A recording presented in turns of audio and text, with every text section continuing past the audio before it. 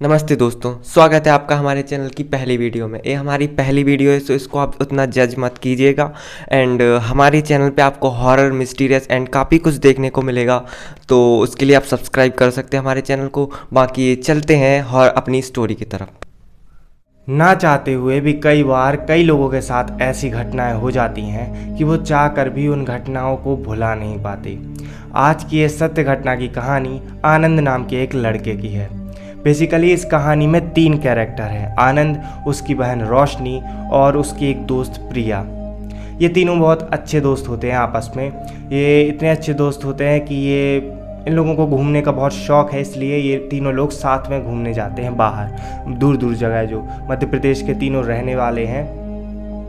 एक बार क्या होता है कि तीनों लोगों का मनाली ट्रिप का प्लान बनता है, मनाली घूमने जाने का। तो घर की कार है, तो उसी से तीनों लोग मनाली जाते हैं। मनाली पहुंचकर वो लोग वहाँ पर घूमना शुरू करते हैं, लोकेशन एक्सप्लोर करते हैं, वहाँ की चीज़ें जो भी मिलती है वो खाते पीते हैं, मतलब वहाँ पर जाकर बहुत अच्छे से एंजॉय करते हैं। इन लोगों का 2 दिन का प्लान बना था कि एक दिन जाएंगे, घूमेंगे अच्छे से, फिर रात में वहीं पर होटल देखकर स्टे करेंगे, फिर अगले दिन फिर से घूमने जाएंगे दूसरी तरफ जहाँ पर पहले दिन नहीं गए, और फिर अगले दिन घर आ जाएंगे घूमकर।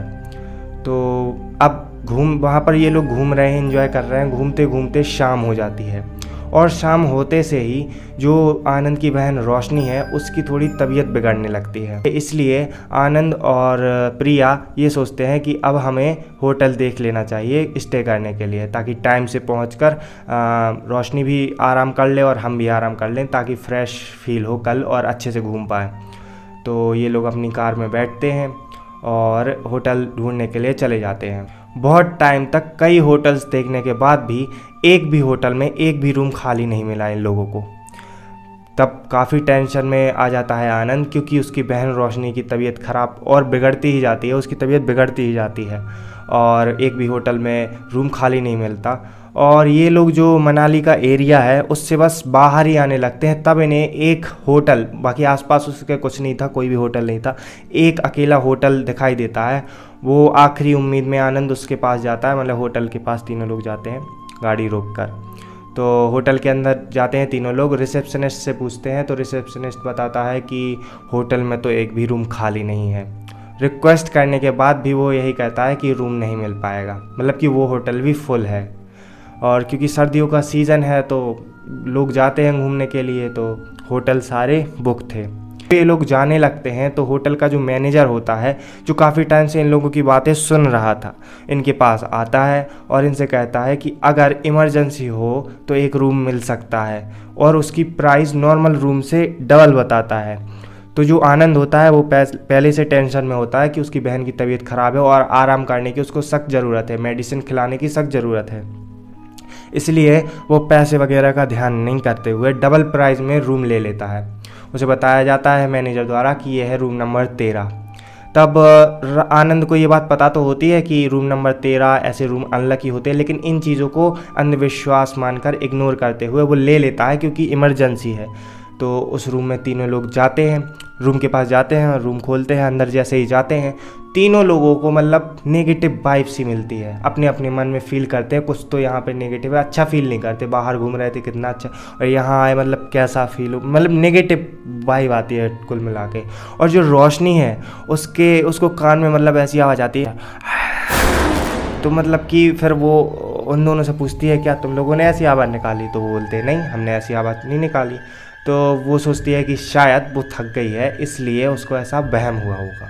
ठीक है, वो बात इग्नोर कर देते हैं। उसके बाद ये लोग जो आनंद है और बाकी लोग अपना अपना सामान वहाँ उस रूम में रखने लगते हैं, और जो आनंद है वो वापस रिसेप्शन पर जाता है मेडिसिन लेने के लिए, ताकि उसको दे दे कोई दवाई, सिर दर्द हो रहा था उसका, इसलिए उसकी दवाई दे दे ताकि वो आराम से आराम कर पाए। और सुबह तक ठीक हो जाए। तो आनंद रिसेप्शन पर जाता है, वहाँ से दवाई लेकर वापस आता है। तो रूम के अंदर जैसे ही जाता है तो देखता है कि बालकनी में उसकी बहन रोशनी किसी से बात कर रही है। तो देखकर उसको नॉर्मल लगता है कि रोशनी और प्रिया आपस में बात कर रही हैं बालकनी में खड़ी होकर। तो ठीक है, उसको नॉर्मल लगता है। फिर वो जो बेड के पास में जाता है, वहाँ पर बोतल रखी होती है पानी की, उसको दवाई खिलानी है ना रोशनी को, तो पानी की बोतल भी चाहिए दवाई के साथ में। तो वो बोतल के पास आता है और आवाज़ देकर रोशनी को बुलाता है कि ये लो दवाई ले आए, दवाई खा लो। तो रोशनी तो आ जाती है, वो दवाई दे देता है उसको और टैबलेट भी दे देता है, मतलब दवाई दे देता है और बोतल दे देता है। तो वो दवाई खा के लेट जाती है बेड पर। वो ये सब हो ही रहा था कि तभी उसी वक्त वॉशरूम का गेट खोलकर प्रिया बाहर आती है। जब आनंद देखता है तो वो हैरान हो जाता है कि मतलब ये कब, मतलब कि वॉशरूम में कब गई है। तो बालकनी में खड़ी थी ना, उससे बात कर रही थी। तो वो तो लेट जाती है आराम, मतलब सोने, मतलब आंखें बंद करके लेट जाती। फिर ये प्रिया के पास जाता है, प्रिया से पूछता है कि तुम दोनों अभी बालकनी में खड़े होकर बात कर रही थी और तुम वॉशरूम कब चली गई इतनी जल्दी और निकल आई वहाँ से। तो ये कहती है कि जब से तुम रिसेप्शन पर गए हो मैं वॉशरूम में ही हूँ, मैंने तो बालकनी में अभी तक गई ही नहीं हूँ मैं तो, और ना मैंने उससे कुछ बात की बालकनी में। तो फिर राहुल को ये बात सुनकर और हैरानी होती है कि, तो मतलब कि रोशनी बोलती है जब तुम रिसेप्शन पर गए थे तब से मैं वॉशरूम में ही हूँ, मैं तो बालकनी में गई ही नहीं हूँ, मैं उससे बात कैसे कर सकती हूँ। प्रिया ऐसा बोलती है आनंद से। तो आनंद ये बात सुनकर बहुत ज़्यादा हैरान हो जाता कि ऐसा कैसे हो सकता है, फिर रोशनी किससे बात कर रही थी। ठीक है, फिर ये चीज़ सब इग्नोर करके, लेकिन आनंद को अभी भी मन में कुछ डाउट था कि ये सब क्या हो रहा है। तो फिर जो प्रिया है वो जाके रोशनी के पास में लेट जाती है और जो आनंद है वो सोफे पर लेट कर सो जाता है।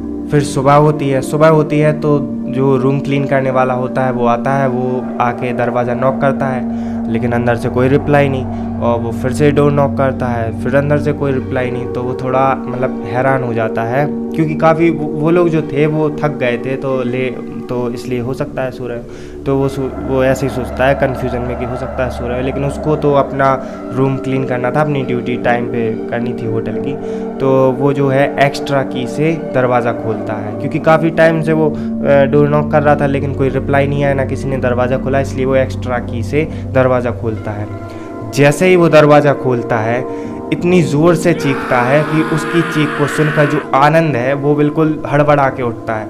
और फिर आनंद जो कमरे का हाल देखता है, कमरे में क्या देखता है, उसकी जो बहन रोशनी है वो, उसका काम हो चुका है और जो प्रिया है उसकी दोस्त वो बेहोश डली हुई है और सारे कमरे में खून फैला हुआ है। ये देखकर मतलब आनंद इतने ज़ोर से चिल्लाता है, इतने ज़ोर से कि जो होटल का स्टाफ, मैनेजमेंट स्टाफ है और जो मैनेजर है वो सब आ जाते हैं।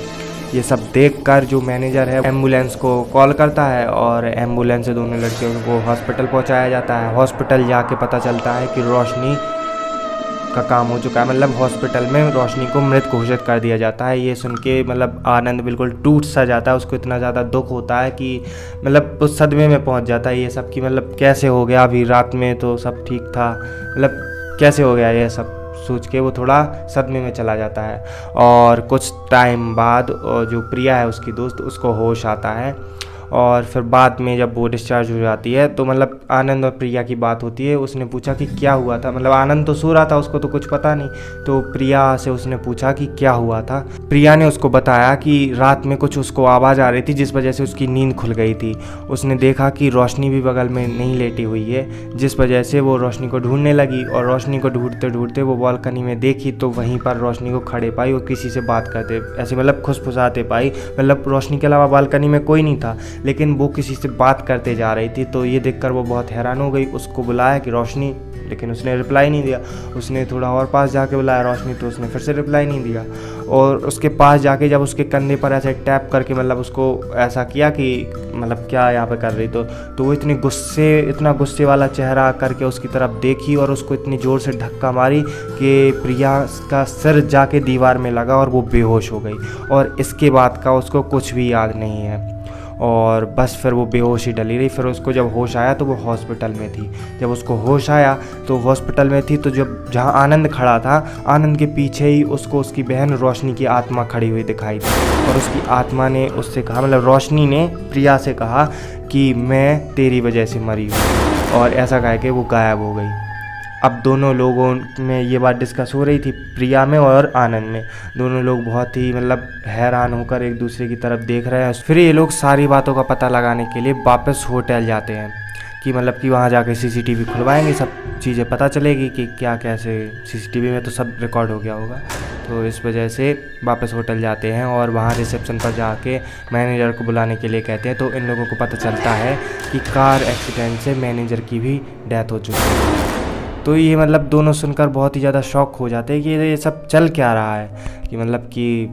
तो फिर बाद में जो लड़का रात में इन्हें रिसेप्शन पर मिला था, जिसने रूम देने से मना कर दिया था कि सारे रूम फुल हैं, वही लड़का आता है, इन लोगों से बात करता है कि मतलब कि जो रूम नंबर 13 है वो भूतिया है। ये रूम काफ़ी सालों से बंद पड़ा था, हम लोग ये रूम किसी को नहीं देते। मैनेजर ने शायद ज़्यादा डबल पैसों के लालच में ये रूम आपको दे दिया, वरना ये रूम हम लोग किसी को नहीं देते। ये बात सुनकर दोनों बहुत ही ज़्यादा डर जाते हैं कि मतलब ये मैनेजर भी कैसा था कि मतलब कि पैसों के लालच में हमें कहीं भी रुकवा दिया। तो सारी बातें क्लियर करनी चाहिए।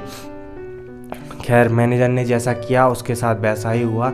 लेकिन जो आनंद है, आज इस घटना को लगभग 6 साल बीत चुके हैं, आज भी इस घटना के सदमे से उभर नहीं पाया है। वो जो सीन था जब वो हड़बड़ा के उठा था, जो उसकी रोशनी डली हुई थी बहन, और जो प्रिया थी वो भी बेहोश डली थी, सारे कमरे में खून फैला था, ये पूरा जो सीन है ना, आज भी उसकी मेमोरी बिल्कुल ताज़ा है, मतलब भूला नहीं पाया इस चीज़ को। और जिस वजह से थोड़ा उसी सदमे में रहता है, अजीब सा रहने लगा, इंट्रोवर्ट भी हो गया। और उसके बाद से ये लोग घूमने तो कहीं गए ही नहीं। बाकी समय के साथ हर चीज़ ठीक हो जाती है, तो हम लोग तो उम्मीद ही कर सकते हैं कि शायद आनंद भी ठीक हो जाएगा। बाकी ये लोगों के जो नाम है, रियल नाम, वो बदल दिए गए हैं क्योंकि प्राइवेसी इशू की वजह से। तो जो जिसके ऊपर ये घटना थी, तो हम लोगों ने उसके नाम बदल दिए हैं। बाकी इस पूरी घटना की जानकारी और किसी ने नहीं, हमें प्रिया ने इंस्टाग्राम पे लिख के भेजी है। अगर आपके भी मन में कोई ऐसी घटना है या फिर आपके साथ कोई भी ऐसी पैरानॉर्मल एक्टिविटी हुई है, तो आप हमें इंस्टाग्राम पे भेज सकते हैं। क्या पता अगली आने वाली वीडियो आपके हिसाब से बन रही हो। बाकी अभी तक आप वीडियोज़ को देख लिए हो तो इस वीडियो को लाइक कर सकते हो। ऐसी वीडियो देखने के लिए सब्सक्राइब कर सकते हो। बाकी इंस्टाग्राम की लिंक आपको डिस्क्रिप्शन और स्क्रीन पर दोनों तरफ आ रही हो, वहाँ भी जुड़ सकते हो।